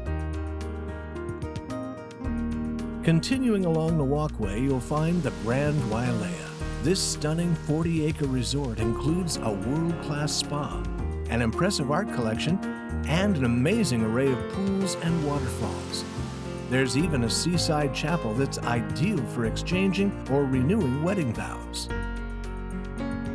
Further down Wailea Beach is the luxurious Four Seasons Resort Maui, an open-air retreat with an expansive courtyard of pools and gardens, along with top-rated restaurants, first-class amenities, and front-row views of the Blue Pacific. Along the secluded waters of Polo Beach, you'll find the Fairmont Kealani Maui, a fitting name, Kealani, that means heavenly white in Hawaiian. Aside from its unique architecture, the Kealani is also known for its opulent beachfront accommodations. Perched above the breathtaking Wailea coastline is the secluded Hotel Wailea, a true luxury escape where guests enjoy peaceful surroundings and stunning panoramas, providing plenty of opportunity to relax and reflect. And if you're looking for Maui's ultimate destination for unforgettable shopping, then look to the Shops at Wailea. It's one of the most beautiful and exclusive shopping centers in Hawaii. One of the world's greatest golf destinations, the Wailea Golf Club boasts 3 18-hole championship courses, all with spectacular ocean views and dozens of prestigious awards. And Wailea's 1,000-seat tennis stadium has been called Wimbledon West and hosts one of Hawaii's largest local tournaments. Located at the tail end of the Gold Coast is Makena, a sacred place offering the freedom and space to reconnect with nature. Past Makena Bay is one of the island's earliest churches, Keavalai Congregational Church. Built from white coral and lava rock, this historic church holds Hawaiian language services every Sunday morning. After Makena, the road fades away to reveal Ahihikina'u Marine Preserve and La Perouse Bay, site of Maui's first official visit by European explorers in 1786. Now, if you plan to travel this far, be prepared. There are no road signs or amenities in the area. And please be respectful of the Marine Preserve and surrounding private property. From here on out, passage is pretty much only by foot. Be sure to wear proper footwear, because the sharp shards of lava will cut bare feet and rubber slippers to shreds. You can hike the old Pi'ilani Highway, or King's Highway, which is said to have once encircled the entire island. It's just one of the many perfect ways to end your day in sunny South Maui. From ancient trails to modern luxuries, $5 eateries to 5-star dining, exciting adventures to relaxing sanctuaries. This 12-mile coastline supplies you with everything paradise has to offer. We'll be back with more in just a minute.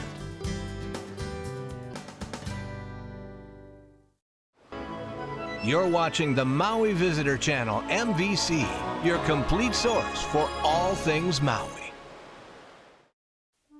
Not far from the resort towns on the west and south side of the island, cooled by brisk trade winds and home to acres of sugarcane fields, central Maui is steeped in the aura of old world Hawaii.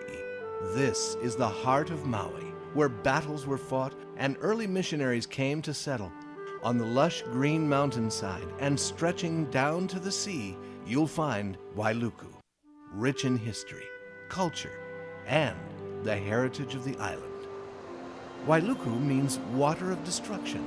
One of Hawaii's most famous and fiercest battles was fought in 1790 between Maui warriors against the invading King Kamehameha, who sought to add Maui to his Hawaiian empire. The conflict was so intense, bodies of the slain warriors formed a dam in the Iao River, and more than 4 miles of the stream ran red with their blood. Wailuku was irrevocably changed with the arrival of the missionaries in the early 1800s, who introduced Western culture, agricultural implements, and religion. By 1860, the sugar industry brought further change to Wailuku as people from Asia and Europe came to the island to work in the factories and fields, many making their homes in Wailuku. By 1905, Wailuku had become the commercial and business hub of the island. It was an era of growth and prosperity, and it continued into the 1960s. Today, Wailuku remains the county seat and is the business and government center of Maui. It offers island visitors a taste of the historic past, as well as a promise of the future, and an array of activities and diversions off the beaten path. You can experience some of Wailuku's history at the Ka'ahumanu Church, the oldest existing stone church on Maui, built to honor King Kamehameha's wife, an early convert to Christianity, who was instrumental in the conversion of the Hawaiian people. Today you can experience Sunday morning services where the Hawaiian congregation sings hymns in their native language. The missionary, sugarcane cultivator, and painter Edward Bailey supervised the construction of the church in 1879. You can find out all about him and his impact on the island of Maui at the Bailey House Museum. The museum was originally the home of Edward and Carolyn Bailey and is rich in history and artifacts. Moving on up the road, you'll find the mystical and scenic Iao Valley State Park. Iao means cloud supreme and is one of Maui's most popular scenic destinations. Mark Twain once referred to Iao as the Yosemite of the Pacific. Iao Valley is the home of the Iao Needle, a monolithic pillar of stone rising 2,250 feet above sea level and topped with a grassy plateau that was once a natural altar, as well as a strategic lookout for defense. The valley is a place long revered by native Hawaiians and was a burial place for ali'i, or Hawaiian nobility. The remains of many ali'i remain undisturbed, tucked away in the deep, majestic valley walls. The lush and scenic valley is a great place for short or long hikes. You can experience the breathtaking panoramic vistas and trickling streams filling clear blue natural pools. Downtown Wailuku is in the process of gentrification and is filled with intriguing art galleries, retail shops, and cafes. Take a walk down Market Street, known as Maui's Antique Row, and discover specialty treasures you won't find anywhere else, and merchants who will welcome you with the true spirit of Aloha. Market Street is also the home of the historic Iao Theater. Built in 1928, the theater is the oldest theater building in Hawaii. Bob Hope and Frank Sinatra trod the boards at the Iao Theater during the USO shows of World War II, and the premiere of the film From Here to Eternity was held here. Currently, the Iao is home to Maui on Stage. Eating out in Wailuku is an international adventure, with cuisine from around the world. You'll find some of the best and most affordable restaurants Maui has to offer. Wailuku is a charming old-world place to stay, to shop, to eat, and enjoy. Experience the old and the new, the people and the land, off the beaten path, in wonderful, historic, enchanting Wailuku. Stay tuned for more Maui Island of the Sun. You're watching the Maui Visitor Channel, MVC, your complete source for all things Maui. Ever wondered why Maui is called the Valley Isle? It's because of the large flatland that separates the two volcanoes and bridges the east and west sides of the island. Nestled between the tall green grass and the deepwater harbor is Kahului. Kahului is where the locals go to shop, to dine, and to play. In fact, straight off the plane, you can find some of Maui's best shopping, affordable restaurants, the island's top kite and windsurfing spot, plus plenty of local history. When the sugarcane industry emerged in the late 1860s, Kahului centered entirely around the harbor. The first railroad on the islands, the Kahului Railroad Company, was completed on Maui in 1897 and carried sugar and pineapples from Wailuku to the harbor. Kahului quickly became the lifeline of the island. In the 1950s, the Kahului Development Company built affordable housing for the cane workers. For many, the dream of home ownership finally became a reality. And for this reason, the developers named Kahului Dream City. If you travel southwest of the airport, you can't miss Kahului Harbor. This bustling port thrived in the 20th century as Maui's premier harbor and commercial center. Even today, the island is dependent on this port. It's the only deep-water harbor where ships can dock on the island. Gigantic barges carry commodities in and out of the port daily, from paper products to automobiles. The majority of the island's goods pass through here. It's also a popular destination for cruise ships from around the world. In World War II, Japanese submarines attacked the harbor twice, failing both times. In 1943, the Kahului Naval Air Station was established to protect this important seaport. To this day, the harbor is still a conduit to the rest of the island. Overlooking the harbor is the Maui Arts and Cultural Center. This $32 million complex offers special events, live performances, and art galleries. The last pineapple cannery in the United States was located in the center of Kahului. The red brick building, built in 1926, could process 90,000 tons of pineapples, and at its peak, it made 60 million cans of this sweet, tropical fruit per year. Saturday morning, the Maui Swap Meet is where to find handmade Hawaiian clothing and local arts and crafts. It's located at the University of Hawaii Maui campus across from the Arts and Cultural Center. Kahului is also home to the best kite and windsurfing spot on the island, Kanaha Beach. With its gently sloping, sandy beach and strong winds, it's the ideal location to catch a wave. Whether you're out for fun, shopping, or interested in culture, local history, Kahului is certain to offer. Perhaps Kahului should be your dream too. For Maui, the sun.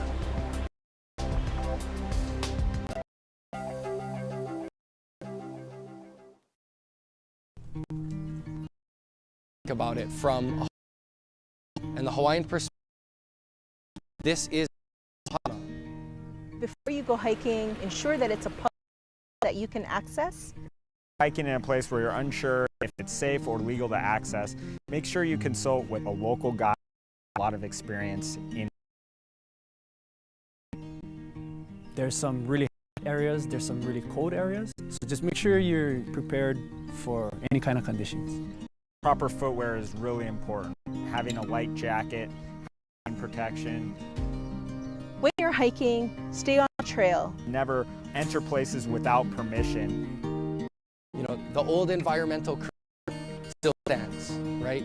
We're gonna take only pictures, leave only prints. And if we can take that mentality back and spread those ideas around the world, then the world